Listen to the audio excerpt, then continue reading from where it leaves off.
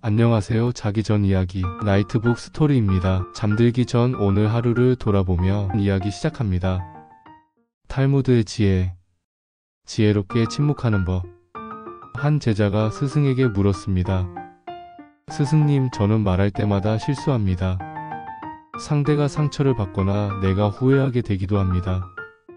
그래서 아예 말을 줄이기로 했어요.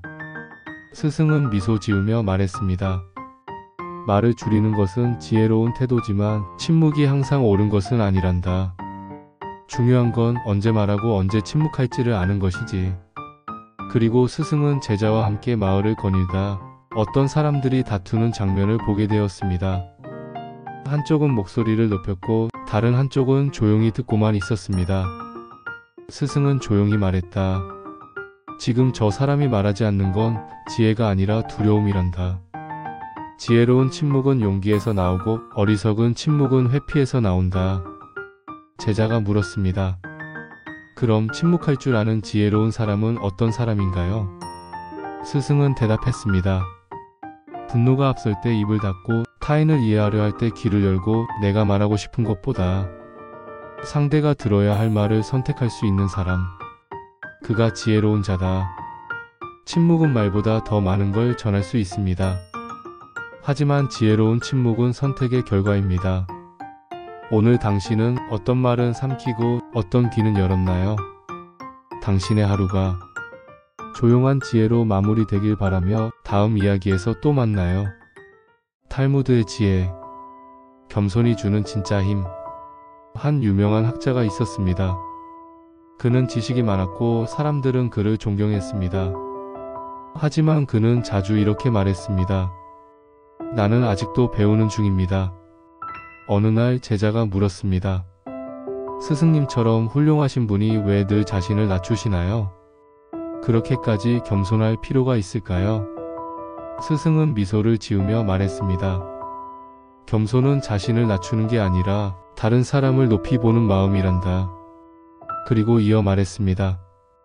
강한 나무는 바람에 꺾이지만 부드러운 풀은 바람을 따라 흔들릴 뿐 꺾이지 않는다.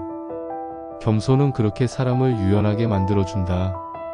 며칠 뒤 학자는 마을 잔치에 참석하게 되었습니다. 그 자리엔 다양한 신분의 사람들이 있었고 그는 가장 낮은 자리에 조용히 앉았습니다.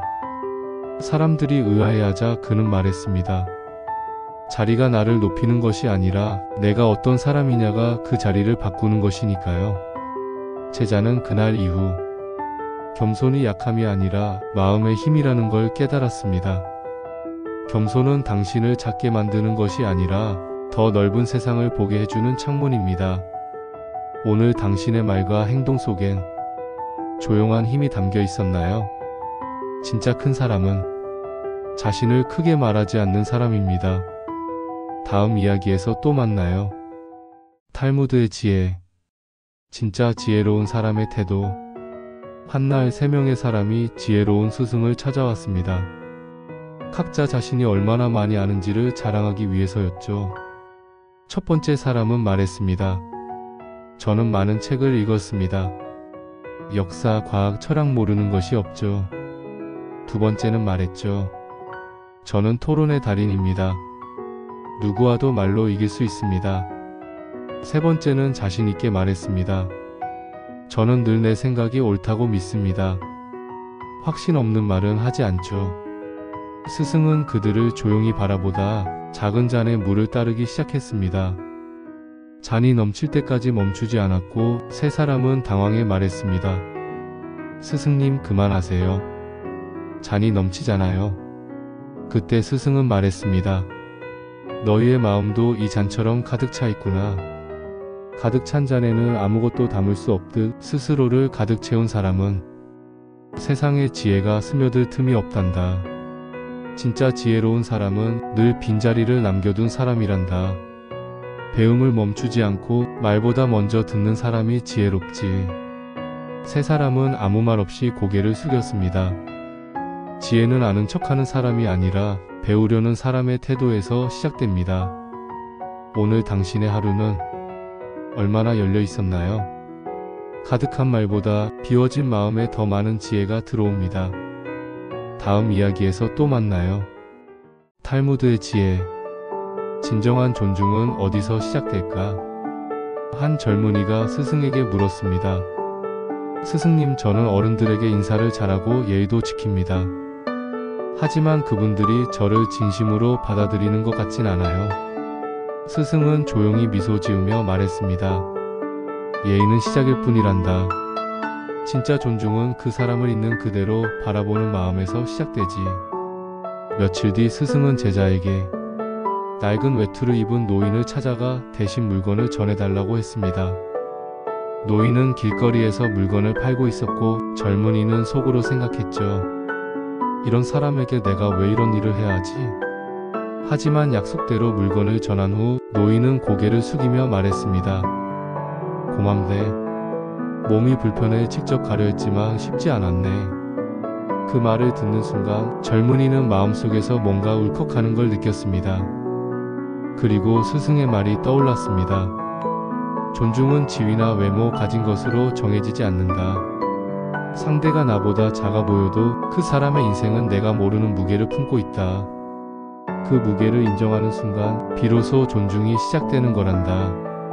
당신은 오늘 누구를 어떻게 바라보셨나요? 진짜 존중은 말로 드러나지 않아도 시선과 마음에서 조용히 전해지는 것입니다. 가장 작은 사람을 존중할 수 있을 때 당신은 진짜로 큰 사람입니다. 다음 이야기에서 또 만나요. 탈무드의 지혜. 가장 값진 유산. 한 노인이 세 아들을 불렀습니다. 그는 병상에 누워 마지막 말을 전하려 했죠. 내가 가진 재산은 크지 않지만 너희에게 남기고 싶은 게 있다. 첫째 아들은 기대하며 물었습니다. 혹시 땅을 남기시나요? 둘째는 말했습니다. 저는 장부나 금화를 받을 수 있길 바랍니다. 하지만 노인은 조용히 고개를 저으며 말했습니다. 나는 너희에게 말과 손을 남기고 싶다. 아들들은 어리둥절했습니다. 말과 손이요? 노인은 힘겹게 미소 지으며 말했죠. 말은 사람을 살릴 수도 다치게 할 수도 있다. 나는 언제나 따뜻한 말로 사람을 대하려 노력했단다. 그리고 내 손은 필요한 사람을 돕는 데 아끼지 않았지. 이 두 가지는 아무리 써도 줄지 않고 세상을 조금씩 따뜻하게 바꾸는 힘이란다. 그 후 세 아들은 그의 말을 평생 가슴에 품고 살았습니다. 큰 부자는 되지 못했지만 많은 사람들에게 존경받는 사람이 되었죠. 우리가 남기는 것은 돈이나 물건보다 말과 행동의 흔적일지 모릅니다. 오늘 당신은 어떤 말을 남기셨나요? 어떤 손길을 내밀었나요? 가장 값진 유산은 우리의 태도로 전해지는 법입니다. 다음 이야기에서 또 만나요. 탈무드의 지혜. 참된 지혜는 언제 드러나는가? 한 마을에 지식을 뽐내는 젊은이가 있었습니다. 책도 많이 읽고 토론에서도 늘 이겼죠. 사람들은 그를 똑똑한 청년이라 불렀습니다. 어느 날 마을에 큰 비가 내려 강이 불어나고 사람들이 다리를 건너지 못하고 있었습니다. 그 강 너머엔 병든 노인이 홀로 남아 있었습니다. 사람들은 청년에게 말했습니다. 당신은 지혜롭다 하지 않았나요? 어떻게 해야 할지 알려주세요. 청년은 침묵했습니다. 강이 너무 거세다. 책에 따르면 이건 위험한 상황이다. 그는 많은 이유를 대며 결국 움직이지 않았습니다. 그때 말없이 나서서 강을 건넌 이는 늘 조용하던 마을의 나무꾼이었습니다. 그는 힘겹게 노인을 업고 돌아왔습니다. 모두가 박수를 보내자 청년은 고개를 숙였습니다. 그리고 스승을 찾아가 말했죠. 저는 왜 아무것도 하지 못했을까요? 스승은 조용히 말했습니다. 지식은 머리에 담기지만 지혜는 마음에서 움직이는 것이란다. 참된 지혜는 위기의 순간 누구를 위해 어떻게 행동하느냐에서 드러나는 법이지. 아는 것과 행동하는 것 사이에는 작지만 깊은 강이 흐릅니다. 오늘 당신은 그 강을 건너는 선택을 하셨나요? 참된 지혜는 보여주려 하지 않아도 행동 속에서 자연스럽게 드러납니다. 다음 이야기에서 또 만나요. 탈무드의 지혜. 가장 큰 손실은 무엇일까? 한 상인이 있었습니다. 그는 숫자에 밝고 계산에 능해 언제나 손해보지 않는 장사로 유명했죠. 어느 날 한 손님이 물건을 사려다 돈이 조금 부족하자 말했습니다. 며칠 내로 꼭 갚겠습니다. 잠시만 믿어주세요. 상인은 단호히 말했습니다. 미안하지만 나는 손해보는 장사는 하지 않습니다. 손님은 머쓱하게 돌아갔고 그 모습을 본 스승은 조용히 상인을 불렀습니다. 너는 지금 작은 돈을 잃는 걸 막았을지 모르지만 사람 하나를 잃었단다. 그리고 그가 전할 이야기까지 함께 잃었지. 상인은 반문했습니다. 하지만 신뢰는 위험하지 않습니까? 믿었다가 손해보며. 스승은 조용히 미소 지으며 말했습니다. 물질을 잃는 건 잠깐의 손실이지만 신뢰를 잃는 건 오래 남는 상처란다. 언젠가 너도 도움을 필요로 할 순간이 올 것이다. 그때 내가 잃은 것이 돈인지 마음인지 알게 될 거야. 그날 이후 상인은 계산기보다 사람의 마음을 먼저 헤아리기 시작했습니다. 우리는 오늘도 무엇인가를 잃고 또 무엇인가를 얻습니다. 당신은 오늘 무엇을 지키고 무엇을 놓치셨나요? 가장 큰 손실은 사람과의 신뢰를 잃는 것일지도 모릅니다. 다음 이야기에서 또 만나요. 탈무드의 지혜. 진짜 정의란 무엇인가? 한 마을에서 두 이웃이 다투고 있었습니다. 한 사람은 말했습니다. 이 밭은 내 조상 대대로 내려온 땅입니다. 다른 이는 말했죠. 아닙니다. 오래전부터 우리 가족이 일구고 지켜온 곳입니다. 결국 그들은 마을의 재판관을 찾아갔습니다. 재판관은 오래도록 두 사람의 이야기를 듣고 조용히 밭으로 향했습니다. 그는 밭 한가운데 서서 땅을 바라보다가 조용히 말했습니다. 이 땅은 아무 말도 하지 않는구나. 누가 더 오래 가졌는지도 누가 더 사랑했는지도 말하지 않으니 말이 없구나. 사람들이 조용해졌습니다. 재판관은 두 사람을 번갈아 보며 말했습니다. 법대로라면 서류를 가진 사람이 이깁니다. 하지만 정의는 종이에만 있는 것이 아닙니다. 정의는 그 땅에 흘린 땀 그리고 서로의 이야기를 들으려는 마음에서 시작됩니다. 결국 재판관은 말했습니다. 이 땅은 두 사람이 함께 가꾸도록 하십시오. 서로를 적으로 만들기엔 이 땅이 너무 따뜻하니까요. 그날 이후 두 사람은 함께 밭을 가꾸며 서로의 삶을 이해하게 되었습니다. 법은 옳고 그름을 가를 수 있지만 정의는 사람의 마음을 돌볼 수 있어야 합니다. 오늘 당신은 누군가의 입장이 아닌 마음을 먼저 들여다보셨나요? 진짜 정의는 이기는 것이 아니라 함께 살아가는 방법을 찾는 것입니다. 다음 이야기에서 또 만나요. 탈무드의 지혜. 말 한마디의 힘. 어느 날 한 상인이 길을 걷다 작은 가게에 들렀습니다. 가게 안에는 물건도 적고 주인도 조용했지만 상인은 정성스럽게 물건을 고르고 계산대 앞에서 이렇게 말했습니다. 가게가 참 따뜻하네요. 말은 없지만 마음이 느껴집니다. 가게 주인은 그 말을 듣고 고개를 깊게 숙이며 말했습니다. 감사합니다. 오늘 같은 날엔 그런 말이 참 힘이 됩니다. 사실 그는 며칠 동안 가게를 접을지 고민하고 있었죠. 손님도 줄었고 수익도 없었습니다.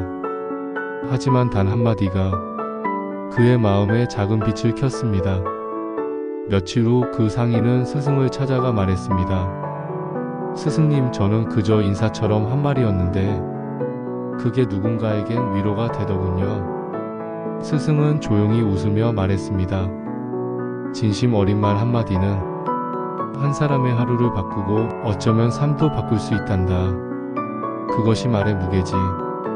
말은 공기처럼 가볍게 흘러도 그 안에 담긴 마음은 아주 오래도록 머무를 수 있어. 당신이 오늘 한 말 중 누군가의 마음을 따뜻하게 만든 말이 있었기를 바랍니다.